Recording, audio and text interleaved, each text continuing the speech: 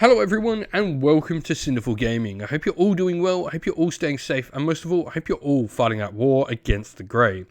Today's video, we are going to talk Warhammer Age of Sigmar Warcry, and today we're going to take a look at Skittershank's Clawpack, who have received a bunch of brand new Bladeborn Warband rules in the current edition of White Dwarf 494, for you to use in Warhammer Age of Sigmar Warcry. This is, of course, along with all the other Nether Maze Bladeborn Warbands, or Warhammer Underworlds Warbands from the Nether Maze season, that include things like Hexbane's Hunters and stuff like that, which is all really cool. Now, in this, we're going to look through the rules for Skittershank and his Clawpack. We're going to compare them to some of the other Clan Eshin characters we can take normally in a Skaven Warband as well, because they will, while gaining their own unique Bladeborn Warband rune mark, they will of course still be a Skaven Warband, which is really cool, and sort of see how we can build up an Eshin Warband with this at the end as well, using these guys as the core and sort of just comparing them along with, you know, things like Gutter Runners, Night Runners, the Deathmaster, etc. So with that said, let's get cracking on. Let's check out the abilities first that we're going to have access to in this Warband, and then we'll get looking at all the different characters.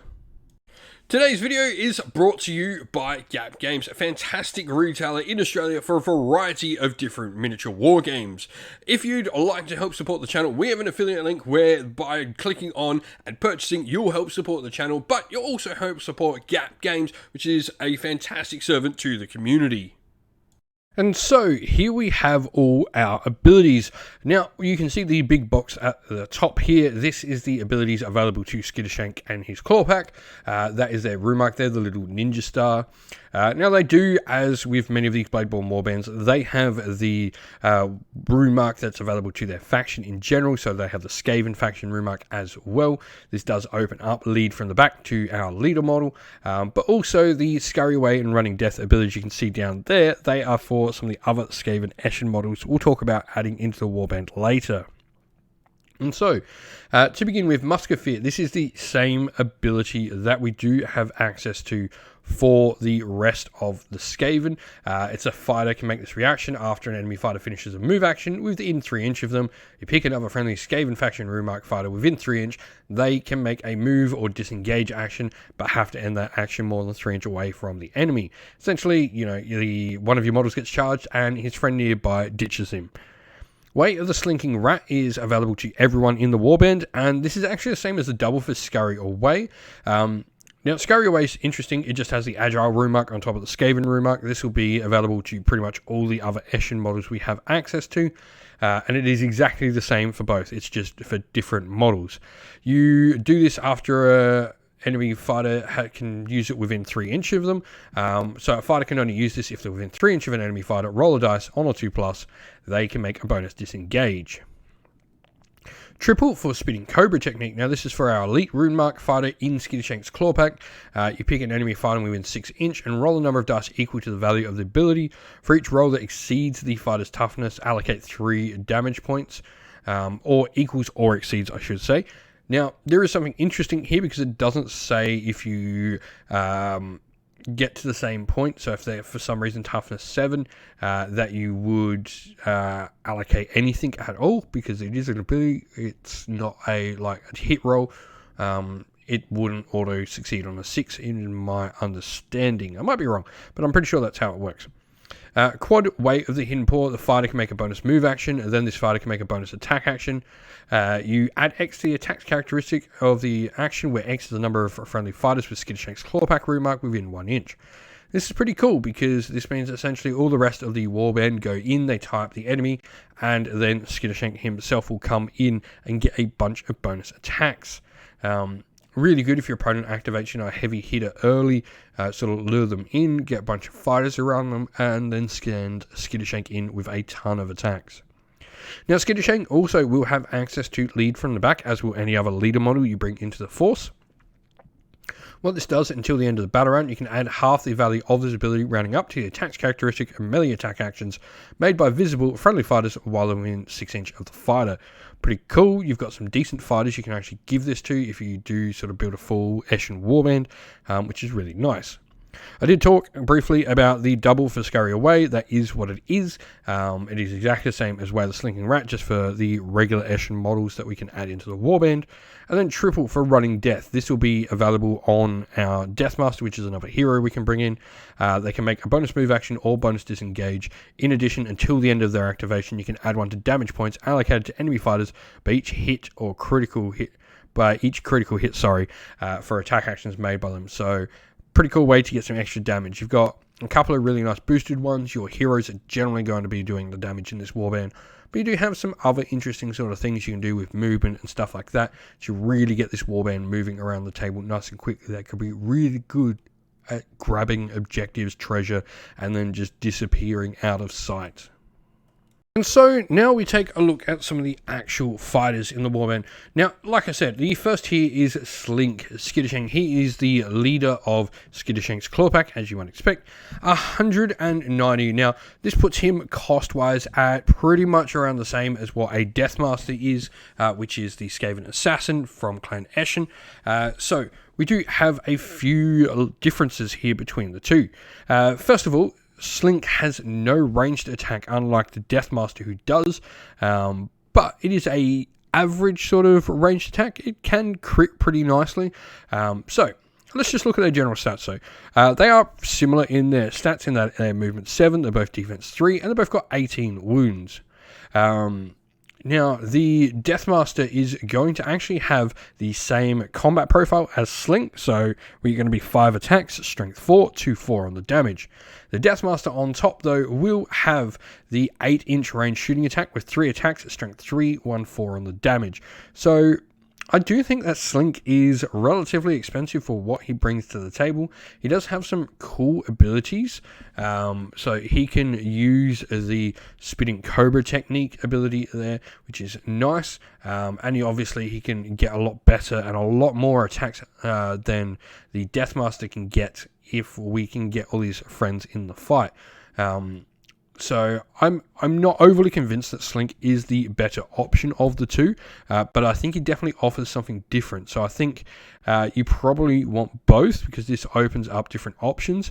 What's really cool here is obviously Wailer Hidden Paw is the quad, Running Death is a triple, but Spitting Cobra technique is also a triple and will generally be good against sort of low toughness and probably get more damage through consistently without having to put yourself at risk as well. Now, the other leader we do have access to is the Knight leader. This is the Knight Runner's champion model. 12 wounds, 3 defense, movement 6. It's got the same rune marks as the Deathmaster there. It's got the leader, the agile one as well. But also we are going to have slightly less attacks and slightly less strength. So we are 2-4 on our damage with the melee one, but we've only got 4 attacks at strength 3. Meanwhile, we've got a ranged attack that is the same range attack strength, but it's only 1-3 on the damage, not quite as lethal on those crits. It's interesting. I think Slink is maybe a little bit too costly. I do think the Deathmaster is probably the better fighter, having access to a triple where he doesn't need friends to do stuff. He's a bit more of a lone operative than Slink, who probably relies on having his Clawpack nearby. Now, moving on, we then have sort of the fighters of the Clawpack here. And I've brought up the Knight Runner and Gutter Runner because they are the two sort of Eshin fighters, which I think are most comparable. Now, Snid Padpaw is more expensive than both of them. He does have more wounds at 12 wounds. Even the Gutter Runner only has 10, where the Knight Runner has 8. Defense 3, though, movement 6, same. Now, once again, he doesn't have any shooting attack. So this is definitely something he loses over the Knight Runner and Gutter Runner. And he is slightly better in melee. So your Gutter Runner here is 4 attacks, strength 3, 1-4. Where he is 4 attacks, Snid, that is, at strength 3, 2-4. So I think with the extra wounds and the damage, he is probably worth it on a Gutter Runner. 15 points extra is pushing it for, is he worth that much more? But I do think he probably is. And then we move to a Creep Kin Whisper. This is sort of the second in command, I guess you could say. He does have something interesting here, that he has the triple for Spitting Cobra technique on him, so he can do that triple, which is really nice. I think at 95 renown with that extra ability there, granted by the rune mark, he is certainly worth it. But something cool is he actually has a ranged attack. It is the standard one, 3 attack, strength 3, 1/3 on the damage, but he has the same profile in melee as your Gutter Runner. So he is 4s, 3s, 1/4, same as the Gutter Runner. But it should be said that the Gutter Runner actually only does have 2 attacks at the range there, so he's actually got the same profile as the Knight Leader, the Knight Runner's champion model. For me, I think he is solid. I think he's definitely one of the ones where, for 5 extra points, 100% worth it. I think so far, cost effectiveness, and when you compare him to the others, he is certainly the one that stands out as a decent upgrade on the other pieces. Next, we have Skulk. Now, Skulk is essentially a Knight Runner. 8 wounds, defense 3, strength, and movement 6. He's the exact same cost as a regular Knight Runner. Now, he is going to have a slightly exactly the same profile as a Knight Runner here. 3 attacks at strength 3, 1/3 on the damage. It's just, sorry about that. It is confusing because they've literally flipped the combat and ranged up rounds, and that's where I'm getting confused on. But then the range is the same. 2 attacks, strength 3, 1/2 on the damage. And he's the exact same cost. He is just a Knight Runner with a cool looking mini, so nothing to write home about there. And then lastly, we have Crouched. Now, Crouched, I think, is probably how you pronounce it, actually, to be fair. No range to attack. He is slightly cheaper than a Knight Runner with the same core stats. But he is slightly better in combat with 4 attacks at strength 3, 1/3 on the damage. For slightly cheaper, losing the range attack with an extra attack in melee. Yeah, okay. I'm not sure it's cheap enough. Maybe if he was like 65 or 60, he might be worth it with the loss of the range, but he is cheaper. If you're needing to save 5 points, then he's the way to go. And so, to finish it off, here we have a sample warband for you. Now, this comes in at 995 points out of 1,000, and is a pretty solid one. Now, we have 3 heroes in the warband. I've gone for taking Slink Skittershank along with a Deathmaster and a Knight Leader as a cheap 3rd hero.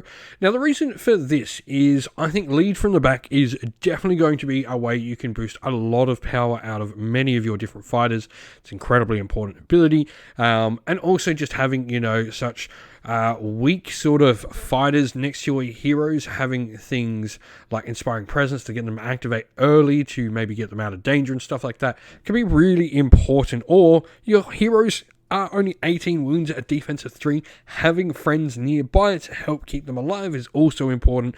So once again, Inspiring Presence can help with that. So that's why we've gone for the 3 different heroes. We've got 1 in each of our dagger, shield, and hammer. Now, each of them is joined by 2 different fighters. Slink with his ability that's going to be the Way of the Hidden Paw. With that, we're going to want the ones that can survive maybe a round of combat into them, so that's why he's got Creep Kin Whisper and Snip Padpaw as his 2 fighters. Meanwhile, the Deathmaster and the Knight Leader will both have a Knight Runner. Now, we've gone for Crouch to join the Deathmaster, as the Deathmaster's got better shooting, so we're not losing as much with Crouch there. And then we've gone Skulk, who is the not better shooter, the one that can shoot, because Crouched can't shoot at all, joining the Knight Leader. There's going to be 9 activations, which is pretty solid at this point. You're generally not going to outnumber enemies too much, that you're sort of your opponent is seeing everything that you do first, but you've got enough there that you're going to be able to sort of play the whole round out. Now, we've got 102 wounds, so we are fairly light on wounds. The average is still around that 115 to 125 mark in Warcry, so we are a little bit light on wounds, but that is nothing out of the ordinary for Skaven, who generally are a little bit elite when you start going into things like Clan Eshin and Clan Scryer and stuff like that, instead of just taking, cheap and dirty clan rats. But with that said, this is a fun little warband. I think this has definitely got some play. If you've got some ideas on how you'd use Slink Skittershank and his Clawpack, let us know your thoughts about them all down in the comments below. And so that's the end of the video. We hope you all enjoyed it. If you did, please don't forget to leave a like, subscribe, and drop a comment down below letting us know what you enjoyed about the video.